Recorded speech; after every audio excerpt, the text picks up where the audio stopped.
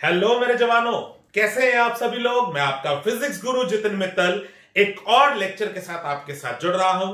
पिछले लेक्चर में हमने diffraction due to a single slit को समझा। आई होप आप सभी लोगों को मजा आया हो, समझ आया हो।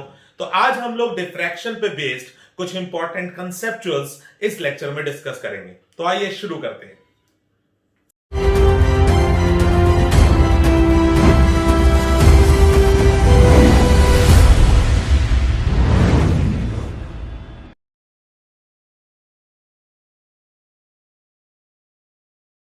तो पढ़ा दोस्तों आप लोगों ने पहला सवाल। मैं आपको एग्जैक्टली प्रेजेंटेशन के साथ बताऊंगा कि किस तरीके से आपको एग्जाम में से लिखना होगा। आपको पूछ रहा है कि सेंट्रल मैक्सिमा की विड्थ पर क्या असर पड़ेगा अगर हम येलो लाइट की जगह रेड लाइट रिप्लेस करें। तो मैं येलो की जगह अगर रेड लाइट रिप्लेस कर रहा हूं, फर्स्ट पार्ट की बात करता हूं, तो ऑब्वियसली वेवलेंथ इंक्रीज हो जाएगी। नाउ सेंट्रल मैक्सिमा की विड्थ का formula is this, as beta is directly proportional to lambda and lambda increase हुआ है तो मैं डायरेक्ट लिख दूंगा बीटा इंक्रीजेस या बीटा विल इंक्रीज, और इसको अंडरलाइन कर दो या बॉक्स में रख दो। सेकंड पार्ट में आपको पूछ रहा है distance between the slit and the screen is increase, यानी कैपिटल डी बढ़ा दिया गया। तो बिल्कुल सेम प्रेजेंटेशन चलेगी, कैपिटल डी को इंक्रीज कर दिया गया है क्योंकि बीटा और डी डायरेक्टली प्रोपोर्शनल है तो बीटा इंक्रीजेस। तो आई होप पहला सवाल, पहला कॉन्सेप्ट आप लोगों को समझ आया हो। तो आइए दूसरा देखते हैं।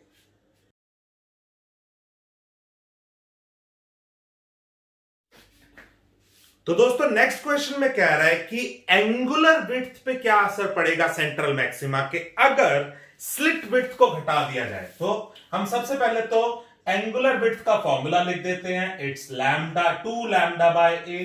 तो फर्स्ट पार्ट के अकॉर्डिंग जो स्लिट विड्थ है वो घटा दी गई है, ए इज डिक्रीज्ड। तो अगर a डिक्रीज है and as theta is inversely proportional to a तो थीटा विल इंक्रीज।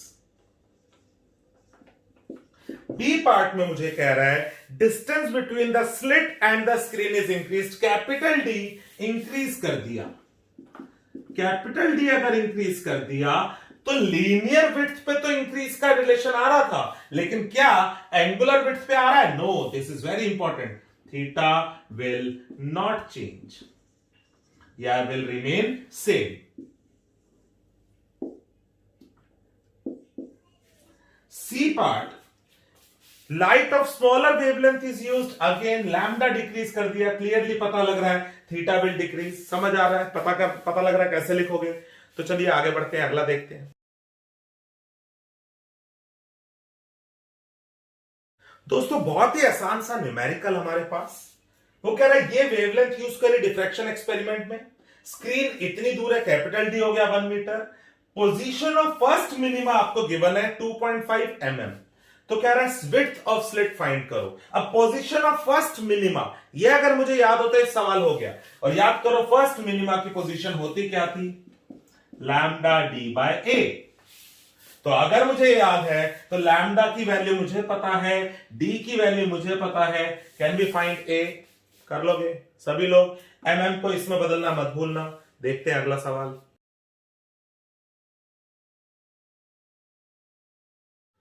तो क्या कह रहा है दोस्तों अगला सवाल? वो कह रहा है एक डिफ्रैक्शन एक्सपेरिमेंट में दो अलग अलग वेवलेंथ को इस्तेमाल करा गया। स्लिट की आपको साइज दे रखा है, स्क्रीन कितनी दूर है ये गिवन है। Separation between the positions of first maxima in 2 cases find करो। तो इस केस में फर्स्ट मैक्सिमा कहीं पर मिला होगा, इस केस में मिला होगा, दोनों का सेपरेशन निकालना है। तो फर्स्ट मैक्सिमा कहां पर मिलता था? 3/2 लैम्डा डी बाय ए।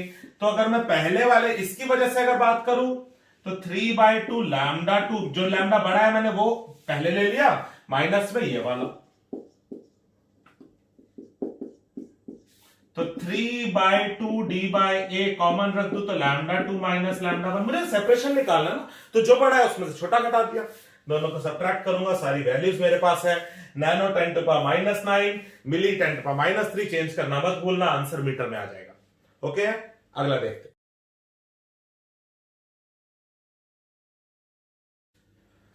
अगले क्वेश्चन में कह रहा है एक सिंगल स्लिट एक्सपेरिमेंट में विड्थ डी है, उसको रेड लाइट से इल्यूमिनेट करा गया, जिसकी वेवलेंथ आपको गिवन है 650 नैनोमीटर की।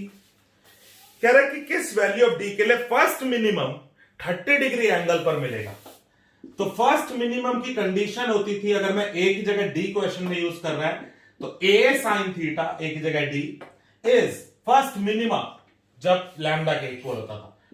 तो D into sine 30 degree is 650 into 10⁻⁹ D की वैल्यू मेरे पास आ जाएगी। सेकंड पार्ट में कह रहा है first maximum falls at an angle of 30 degree. तो in that case d sin theta is equal to 3 λ/2, first maxima की कंडीशन। लैम्डा पुट करूंगा, मेरे पास d आ जाएगा। समझ में आया दोनों केसेस? चलिए आगे देखते हैं।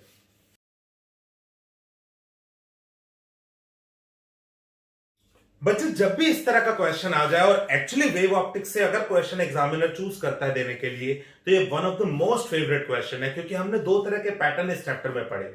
एक डबल स्लिट वाला पैटर्न जहां हमने इंटरफेरेंस में पढ़ा, और एक सिंगल स्लिट वाला पैटर्न जिसको हमने डिफ्रैक्शन में पढ़ा। तो इंटरफेरेंस पैटर्न का मतलब है वो डबल स्लिट पैटर्न बोल रहा है, और डिफ्रैक्शन पैटर्न मतलब सिंगल स्लिट पैटर्न। तो कह रहा है इनमें क्या डिफरेंस है। जब भी ऐसा क्वेश्चन आए तो आप दोनों की इंटेंसिटी का जो वेरिएशन वाला ग्राफ है वो जरूर बनाइएगा, और उसी ग्राफ के ही हमें पॉइंट्स को बताना है। तो अगर मैं इंटरफेरेंस वाले की बात करूं तो वो ग्राफ कुछ ऐसा बनाया मैंने, सारे के सारे ब्राइट ऑफ सेम इंटेंसिटीज। अगर मैं डिफ्रैक्शन वाले की बात करूं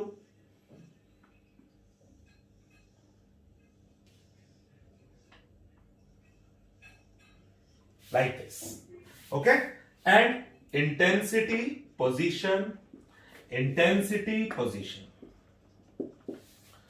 अब डिफरेंस कैसे लिख सकता हूं? In this pattern all the bright fringes are of same intensity, या all are equally bright. In this pattern, central maximum has the maximum intensity, and this intensity keep on decreasing as we go away from the center. Okay?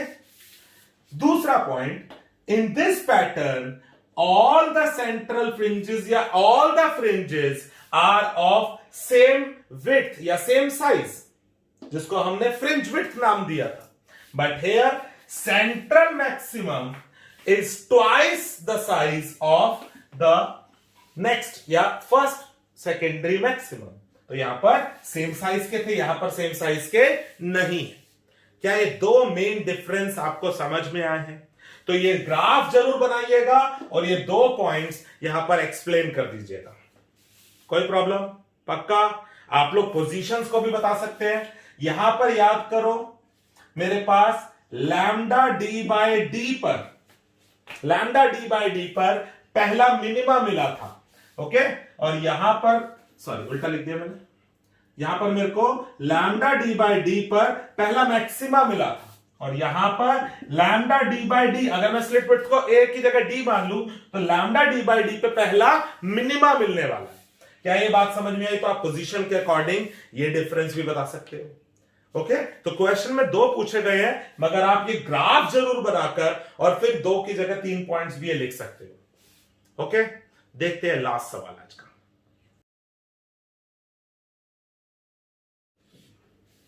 तो बच्चों जो ये अगला question है, ये बहुत important question है, और इस क्वेश्चन में मैं पिछले क्वेश्चन पे भी आपको लेके जाऊंगा।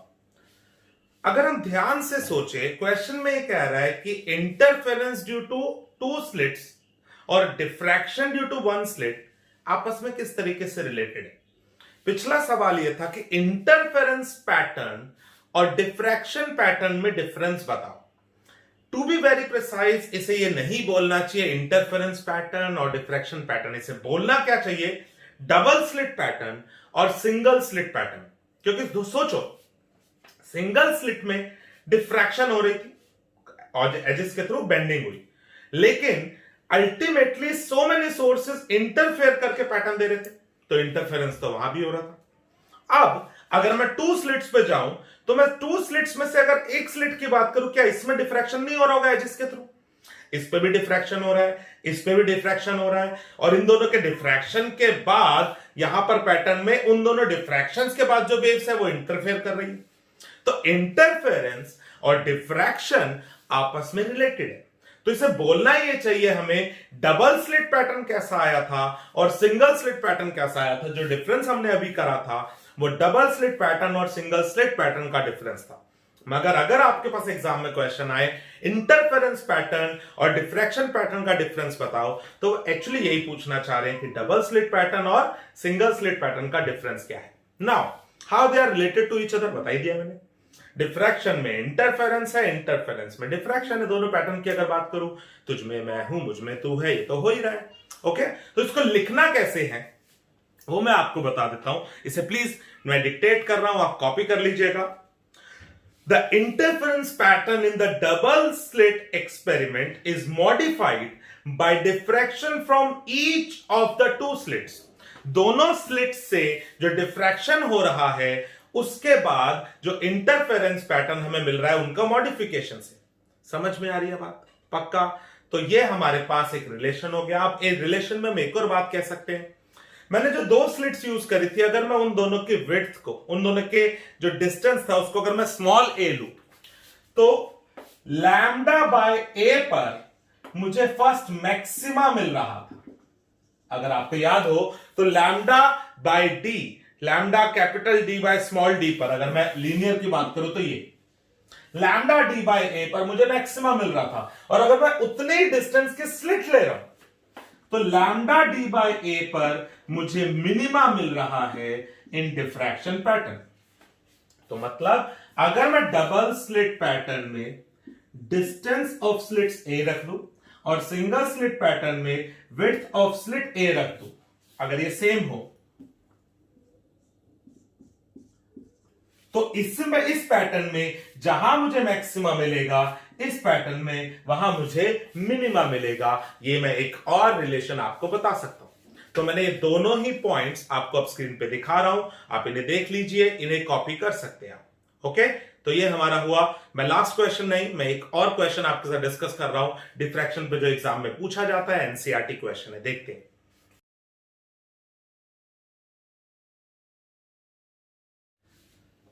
तो दोस्तों आपको ये आखिरी सवाल समझ में आया? वो ये कह रहा है, मान लो एक बीम ऑफ लाइट ये जा रही है, अगर मैं यहां पर एक बीच में एक सर्कुलर ऑब्स्टेकल रख दूं तो यहां पर स्क्रीन पर एक ब्राइट स्पॉट, ठीक इसके ज्योमेट्रिकल शैडो वाले रीजन में यहां पर एक ब्राइट स्पॉट, जबकि होना क्या चाहिए कि इसके ज्योमेट्रिकल शैडो में अंधेरा दिखना चाहिए, डार्क दिखना चाहिए, लेकिन यहां पर एक बिल्कुल इसके सेंटर पर ब्राइट स्पॉट दिखाई देता है। ऐसा क्यों? ऐसा इसलिए क्योंकि जितने भी ये एजेस हैं इन सभी एजेस से वेव्स डिफ्रैक्ट होंगी, और डिफ्रैक्ट होने के बाद अगर मैं सोचूं ये सारी यहां पर अगर मिलेंगी तो सब सेम पाथ ट्रेवल करने वाली है, और सब सेम पाथ ट्रेवल करेगी तो कंस्ट्रक्टिव इंटरफेरेंस होगा। तो मैं लिखूंगा this bright spot is observed due to the constructive interference of all the waves diffracted from the edges of this circular obstacle. तो आई होप मेरे दोस्तों आज का लेक्चर आप लोगों को समझ आया हो, डिफ्रैक्शन के कॉन्सेप्चुअल्स एंड न्यूमेरिकल्स, और ये डिफ्रैक्शन का टॉपिक आपका कंप्लीटली प्रिपेयर हो गया है इन 3 लेक्चर्स में। इनके अलावा कुछ और देखने की जरूरत आपको नहीं है। एंड नाउ हम लोग आगे बढ़ेंगे, डिस्कस करेंगे हाइगन्स प्रिंसिपल के बारे में। तो चलिए आज के लिए बाय करता हूं। सब्सक्राइब कर दीजिएगा चैनल अगर आपको मजा आ रहा है, अगर आपको लगता है मैं इसी तरह से आपको पढ़ाता रहूं तो प्लीज मुझे सपोर्ट कीजिएगा। Love you all, bye bye आज के लिए।